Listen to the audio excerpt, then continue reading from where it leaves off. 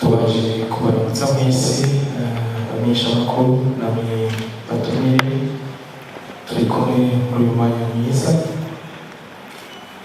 Uno munsi turi hano kugira tubabwire ikijanye n'igikorwa dufise twise Malayika Innovation Awards, yateguwe n'ishirahamwe Sefako Sezerano Family Company rihurikiyemo rwaruka ruva mu mihingo itandukanye, harimo ababona turi kumwe.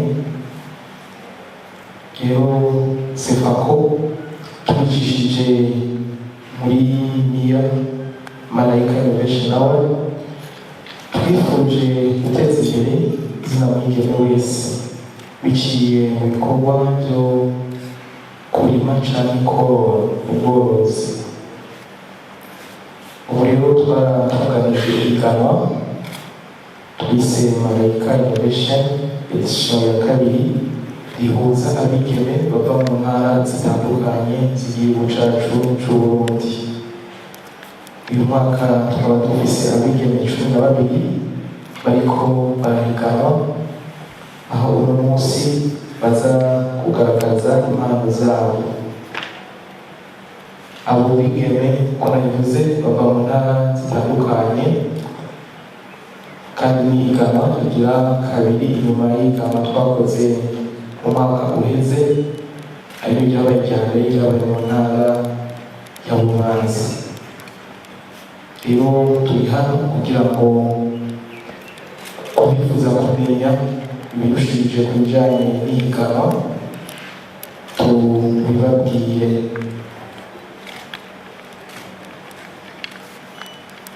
Rero nca saba ko turi kumwe ababwire ibijanye n'ihiganwa n'ivyo twatunganije bindi. Ndabanje kubaramutsa namwe mwese muri ngaha abamenyeshamakuru n'abatumire bacu.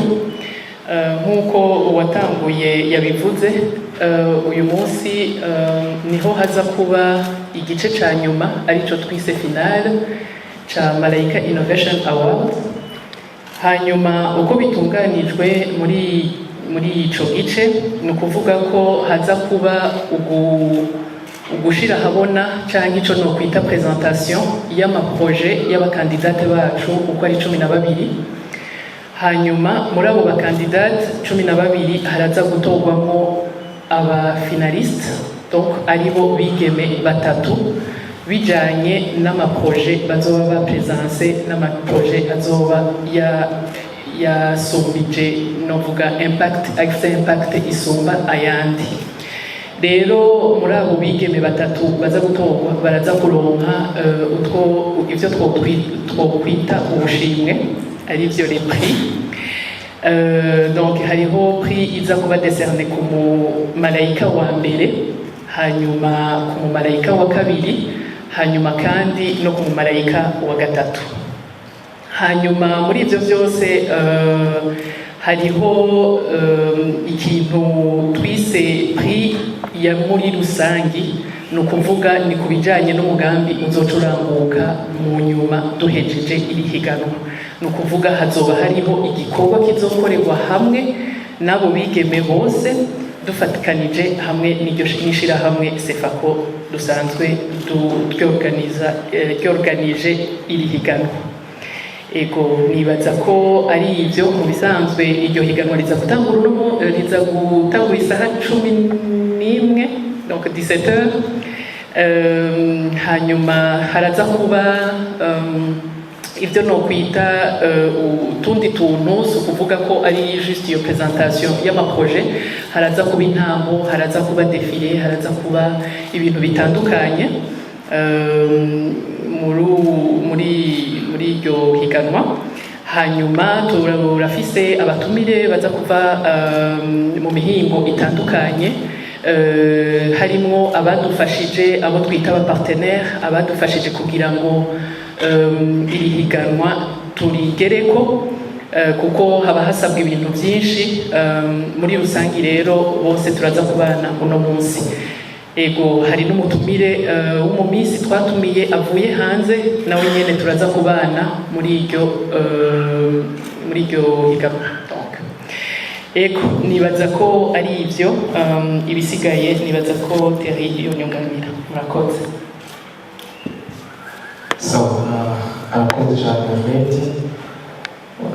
Mu ncamake n'ivyo twabashikirije igituma dutunganya ihiganwa kugira ngo duhimirize abakobwa abigeme kuja mu migambi y'iterambere biciye mu korora canke mu kurima.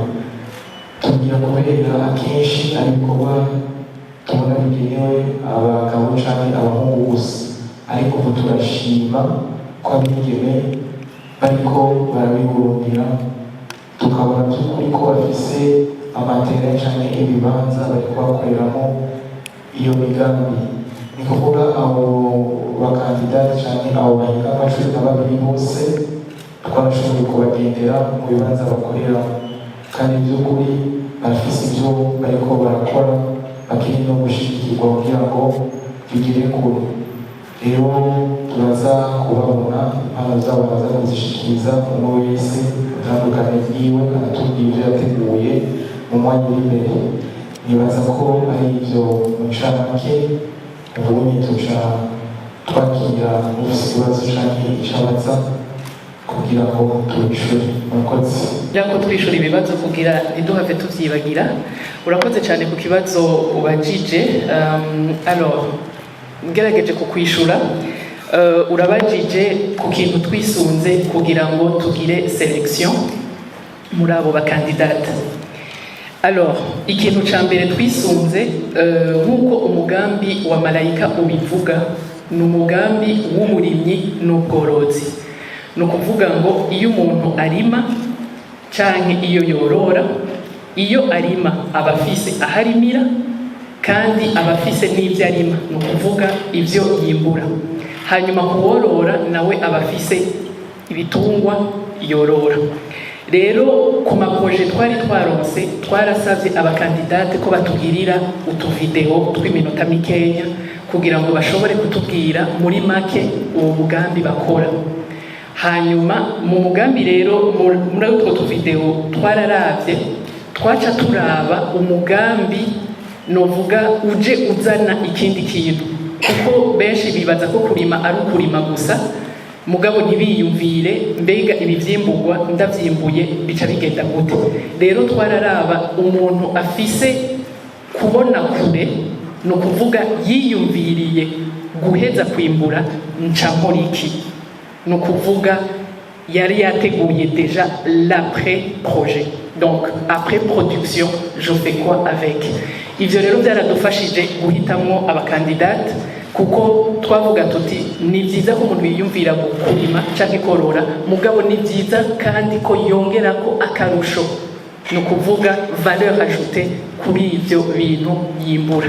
Rero iyo yari kritere ya mbere, kandi twasanze mu bakandidate by'ukuri harimo benshi bamaze kwiyumvira ico kintu cyo gutransforma ivyo bimbuye. Eko ico cari ca mbere. Hanyuma kubijanye n'uburusho nk'uko mwabibajije, ni ukuvuga twari twababwiye ko abakandidate baza kuba selektione bamwe batatu baza kuronka amaprix.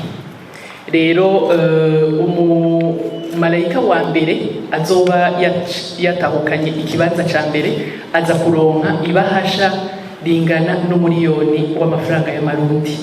Hanyuma ubugira kabiri amukurikira aza kuronka ibahasha y'ibihumbi 500. Hanyuma ubugira gatatu aza kuronka ibahasha y'ibihumbi 300. Uti suivi imeze gute? Tuhereye ku batsinze umwaka uheze turabakurikirana n'isaha turi kumwe. Ni kuvuga abatsinze umwaka uheze wa mbere bavuye mu ntara ya Muramvya afise proje yo kugaburira abana abasomesha ku ishuri abikuye mu murima wiwe.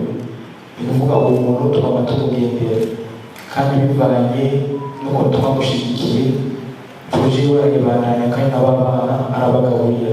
Icyongeye ko nuko abashigikira kugira ngo bige neza. Rero uwo muntu turamukurikirana. Uwa kabiri yavuye mu ntara ya Ruyigi arima umuceri akawukuramo ifu nawe nyine yaraguye umurima wiwe mu ntara ya Ruyigi turamugendera kandi by'ukuri uravye ukuntu yariko arakora umurima uko twe tubagiye tumusanga ubwa mbere ubu yaraguye kandi production y'ivyo ariko arakora uno munsi ariko arabigurisha ni kuvuga yuko ivyo yimbura abihinduramo ifu agaca ashira mu isoko agakora ubuyi bw'umuceri. Uwa gatatu mu ntara ya Ngozi nawe nyine twaramukurikiranye aho yateye ibiraya abikoramo ifu ikavamo ibitungura, aho niko ndavuga abo umwaka uheze. Ivyo byose rero babishira mu isoko kandi uravye kuva mu mwaka uheze naho bageze uno munsi bateye intambwe. Nivuga naho uyu mwaka tuzobaherekeza akarusho kariko mu kibazo ca mbere kuri abo bonye ubu tuzoshikira abo batatu gusa n'abazoba basigaye muri abo batatu muri abo 12. Nivuga uyu mwaka akarusho kari nuko tuzoshiraho koperative bise Malayika izohuza babandi bose hanyuma tuzobashigikira aho bazoba bari, aho dufise na partenariat na ministère ya agriculture na environnement aho batwemereye ibibanza tuzoba kugira ngo ya migambi yabo bayikoze bari hamwe muri ya koperative. Umusanzu abo dufise bafise amaproje meza, nico gituma tuza kuba dufise juri iza kudufasha. Iyo abari jewe bose mu gatoya ariko muri abo bose ntibashobora gutsinda bose, nico gituma tuza kuba dufise juri iza kudufasha kugira ngo irobanure abo bantu batatu. Nico gituma tuza kubaha akanya abo bantu nyene bashikirize imigambi yabo. Ego twebwe twarabakurikiranye mu kibuga aho bariko barakora, ariko twebwe ntitwoja tuvuga ngo tubahe amanota. Nico gituma uno munsi baza kuba bari imbere y'abantu kugira ngo y'amaproje yabo bayashire habona, hanyuma n'abantu bayashime ashigikira amayaji idufashe kugira ngo idacire urubanza. Rero ku bintu vyerekeye ukuntu Malayika imenyekana nivyo twarageregeje kubicisha ku ma media ayo twashoboye gushikira. Hanyuma hariho n'ikindi kintu twaragenda mu ntara hanyuma hakaba hari nk'umuntu ashobora kugira novuga nka sensibilisation. Mugabo ikintu kimwe twabonye hariho intara usanga nyene biba bigoye kw'abo bantu mushobora kubaronka, kuko twagenda nk'ahantu ukarindira nk'umuntu canke ukabivuga mu kibano niko novuga kugira ngo urumva wibaza ko information igenda irashika kure. Ariko kandi icizere dufise nuko uko biri kose uyu munsi ntambwe tugeze ko turabona ko nk'amamedia menshi ariko aradushigikira, rero ashobora gutanga inkuru ikagera kure gusumba edition ya mbere canke iyi edition tuza guheraheza uno munsi. Rero turizeye ko izobandanya imenyekana cyane ku buryo edition izokurikira izoba yamenywe n'abantu benshi. Hanyuma ku kintu cerekeye abatumire twatumiye hanze, ni ukuvuga ko murabizi neza mwese ko kugira ngo urabe umutumire uza gutumira ubanza kuraba umugambi ufise. Rero nk'umutumire yashoboye kutwenteresa cyane ni umutumire afise projet ya pisciculture, ni ukuvuga ubworozi bw'amafi. Yabaye Miss Tanganyika muri Congo Katanga, nibaza ko muza kuronka umwanya wo kumubona. Rero kubera ari umugambi dufise inyuma y'iri higanwa byari byoroshe ko ariwe atuzanira ikindi gicapo c'ubwo bworozi. Rero yaratwitavye aratwemerera ko ashobora kubana natwe muri iri higanwa. Murabizi ko abatumire defo urategura benshi mugabo abaza kukwitaba iyo hageze bakaba bake. Rero wewe yarashoboye gushikana ico yemeye aratwitaba. Ikibazo gikomeye nk'uko babivuze turugwaruka, ariko ico dushima nuko urwaruka nabwo rwamaze guhaguruka kugira ngo rukore imigambi. Urugwaruka rwagiye hamwe ruratangura umugambi tumaze gutangura twahuye n'intambamyi zitandukanye nyinshi, uko twabyifuza cyangwa uko tuba twifuza gushigikirwa siko dushigikirwa, ariko icyiza ni uko umuntu abanza agatera intambwe akabona ko ikintu gitanguye kugira ngo n'abandi bagushyigikira babone ko bamaze kubyinjiramo. ndetse uburyo mushyiraho ese utangira ahantu mu bugaruzi. Iyo uri kurategura umusanzu umugambi ubishyiramo byose kugira ngo ubone yuko uzoshobora kugaruza, ariko mu gihe bidakunze ntuce uhagarara ngo ubihagarike. Rero uno munsi turafise abatwara gushyigikira batandukanye, ntibimeze nk'iby'umwaka uheze aho twagwanyuka edisiyo ya mbere iyo batabyumva ko badushyigikira batabonye ibyo dukora, ariko twaremeye turakoresha ingufu zacu turashobora gukora icyo twakoze. Uyu mwaka ntibisa rwose, turafise abemeye kudushyigikira nubwo tutabaronse ku rugero twifuza, ariko twarashoboye kuronka abemera kudushyigikira ko mubona Kinju hariho n'abandi benshi bagerageje kumva icyifuzo cyacu. Rero twebwe ntiduhagarika, turabandanya apartir y'ibyo turiko turakora, turibaza neza cyane, turifuza yuko n'abandi babona ibikorwa turiko turakora uno munsi bakazokwemera kubishyiramo ingufu. Ariko icyo dushima uyu mwaka turashima aho bigeze bimeze nk'iby'umwaka uheze. Basanzwe ubundi gituma twashimiye gukorera ku by'uburimyi n'ubworozi dukora muri Sefako, muri Sezerano Family Company. Uno munsi natwe turi cyane mu by'uburimyi n'ubworozi. Igituma twavyiyumviye nuko mu gihe cyose tumaze turiko turakora aho bikomeye ngo abigeme ntibahurumbira cyane uwo mugambi, ntibahurumbira umugambi wo kurima canke korora. Kitabujije ko twiyumviye no kuzohimiriza n'abandi mu bindi bikorwa kugira ngo tubatere intege, ariko uwo munsi turi focus cyane ku by'uburimyi n'ubworozi kugira ngo tubone ko zina murundi wese w'umwigeme yumva ko yobikora. Hari igihe tuvuga ibyo kurima tukibaza ko ibyo kurima impaka ujya mu ngabinda w'umurima agafata isuka. Oya, umuntu ashobora kuba afise uburyo agaca yinvestisa mu byo kurima, agaca ashyira ibitungwa, agashyiramo uburyo afise umuntu amufasha kubikurikirana.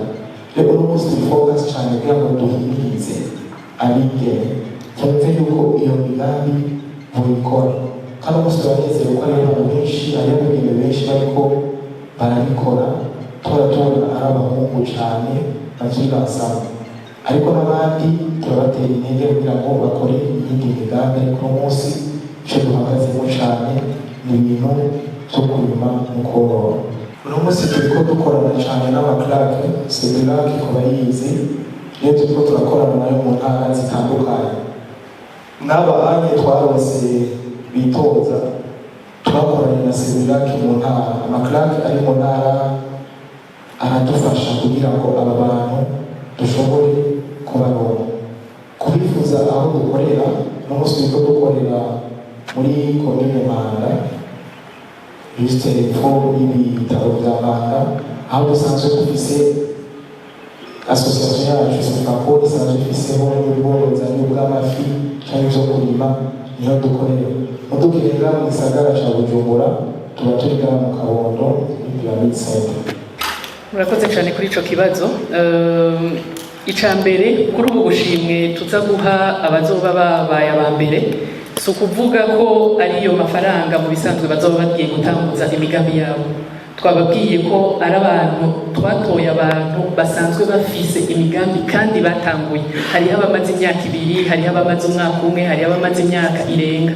Rero ni nko kuvuga ko ni nko kongereza ku byo basanzwe bafise. Namba bari barima nko ku murima mutonya, barashobora kongereza gukota umurima ukaba munini, ariko urumva ni ukuvuga ngo n'akarusho kaza kiyongerereza ku byo bari basanzwe bafise.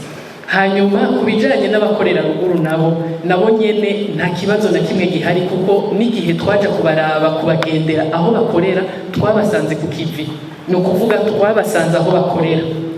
ari abo mu ntara ya Makamba, ari mu ntara ya Muyinga, ari mu ntara ya Karusi, twabasanze aho nyene. Abantu rero urumva aho basanzwe bakorera si ukuvuga ko baca bahindura, oya, barabandanya bakorera aho nyene. Hanyuma twebwe nyabuna abo muri organisation ni twebwe tubasanga aho bakorera. Hanyuma ku kijanye na evenement y'uno munsi naco nkuko mwabivuze, kwiyumvira gukorera ngaha suko byari bibaye pahazaha niko novuga, ariko nuko murabizi neza kugira ngo uronke ikibanza ukoreramo ni ibibanza bizimvye. Rero twaragerageje kuraba ahegereye novuga centre ville, dusanga amasare yaho arazivye cyane. Rero tuca turavuga tuti uko biri kose turavye uburyo dufise, reka turondere ahantu hashoboka dushobora kuriha. Nukuvuga ntituje kuvuga ngo twemere ibyo tudashoboye, uvuge ngo turasanze tubwiye kurondera sare ngo nuko iri hafi mugabe izimvye tudafise ubwo buryo. Tuca rero turemera turaza ngaha, kandi ikibazo cyari gihari twari tukizi twese n'ubu kiracahari, ni cayo mabisi, ni cayo ivyo bitoro. Urumva no kuvuga ngo nuwe ufise imodoka araza kugira ca kibazo c'igitoro, nuza kuba afata bisi nawe nyene araza kugira ca kibazo ca bisi. No kuvuga ko twese twaciye twisanga muri rusange duhuje ibibazo. Tuca tuvuga tuti aha rero haca hakora ibintu byitwa akigoro. Rero no kuvuga ngo twese twategerezwa kwigora kugira ngo dushobore gushika ahantu nubwo ho bari kure. Ku kibazo cy'umwanya naco muratubabarira deja kuko amasaha twari twarateguye kugira ngo dutangure conference de presse murabona ko yarenze, mugabo nibaza ko suite derrière tuza kugerageza kurespecta, kuko ikintu kimwe kiza kudutuma tunagerageza ku respecta umwanya nuko ngaha nabo baduha amategeko. No kuvuga ko badutegetse amasaha iradi itegerezwa kuzimirako, amasaha induru itegerezwa kuba yagabanutse. No kuvuga ko ivyo byose natwebwe turaza kubiraba kugira ngo ducungure umwanya, tunyarutse ibintu ibishoboka kunyaruka kugira ngo duheze hakiri kare. Nous accueillons notre Miss qui est venue du Congo, donc Miss Tanganyika 2023. Elle a été élue en 2023 et du coup elle a un mandat de 1 an. Donc elle représente le pays, donc le Congo, mais aussi elle nous a honorés aujourd'hui en tant que Malaika Innovation Award. Elle a tenu vraiment à être ici et nous la remercions beaucoup.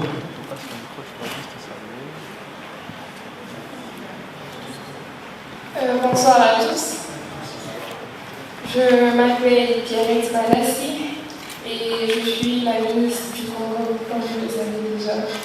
Je suis honorée d'être ici, c'est un plaisir d'être invitée à la compétition Malaika Innovation Award et j'espère que ma venue ici me verra de nouvelles rencontres. Déjà que j'espère que je vais passer un séjour extraordinaire et inoubliable et du coup, je pense aussi que ça va me faire de nouvelles rencontres, des nouvelles connaissances, pourquoi pas des nouveaux partenariats. Merci. Merci. Bon après-midi à tous. Je suis l'organisatrice de l'organisation Malaika Innovation Award. J'accueille chaleureusement notre Miss qui est venue du Congo, qui s'est donné le temps d'être là dans cette compétition. Et je remercie aussi le nombre d'organisations qui vous ont déjà expliqué de quoi il s'agit. Ok, et bienvenue à vous. Merci encore. Oui, c'est la première fois que je viens au Burundi. Déjà, quand elle m'a parlé de ça m'a enchantée parce que c'était la chance de découvrir, de faire des nouvelles expériences. Et vu que j'ai débuté juste l'année passée, 2023, ma venue ici me fera de nouvelles expériences, de nouvelles connaissances et je pense que ça peut m'aider à me propulser vu qu'elle fait la même activité que moi. Je pense qu'en venant ici, je vais apprendre de nouvelles choses et c'est un peu ça. Je ne sais pas si j'ai répondu à votre question. Pour toutes les finalistes, je suis sûre que toutes, elles sont à 12. Oui. Oui, je suis sûre que toutes les 12 méritent d'être en finale. parce qu'on ne peut pas laisser n'importe qui, je sais de quoi je parle. C'est certes un peu stressant, et il y a, bon, je sais pas, en Afrique, on a une mauvaise conception. Quand on voit une fille qui participe à une compétition de ce genre de Miss, on se dit que non, cette fille n'est pas forcément, elle n'a pas une bonne éducation, elle n'a rien à faire de sa vie, c'est pourquoi elle part. C'est un peu comme si elle s'exposait au fait, mais c'est pas ça. Ils sont à côté de la plaque, ceux qui pensent que venir compétir dans ce genre de compétition, c'est perdre son temps, c'est pas vrai, c'est pas vrai. Et j'espère que celle qui sera élue Miss Malaika le méritera et qu'elle va prouver à tout le monde que être Miss n'est pas juste la beauté ou la démarche, le corps, le physique, c'est pas ça, c'est le mental en fait.